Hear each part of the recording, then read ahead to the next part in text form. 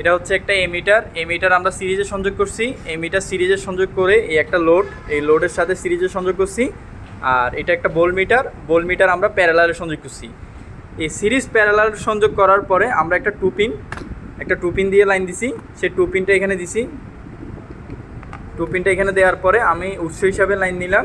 এখন দেখবো আমরা এই একটা 200 ওয়াটই লাইট জ্বালাইছি আমরা। এই লাইটটা 200 ওয়াট লেখা আছে, 200 ওয়াট। এই 200 ওয়াট লাইটটা আমি এমিটারে দেখব কতটুকু লোড নিচ্ছে, ঠিক আছে। আর ভোল্ট মিটারে দেখব আমার ভোল্টেজ কত। আমি উৎস থেকে লাইন দিচ্ছি। লাইন দেখানোর সাথে সাথে এখানে নিচ্ছে 0.8 অ্যাম্পিয়ার। আর ভোল্টেজ দেখাচ্ছে 210 কাছাকাছি দেখাচ্ছে। 10 20 20 220।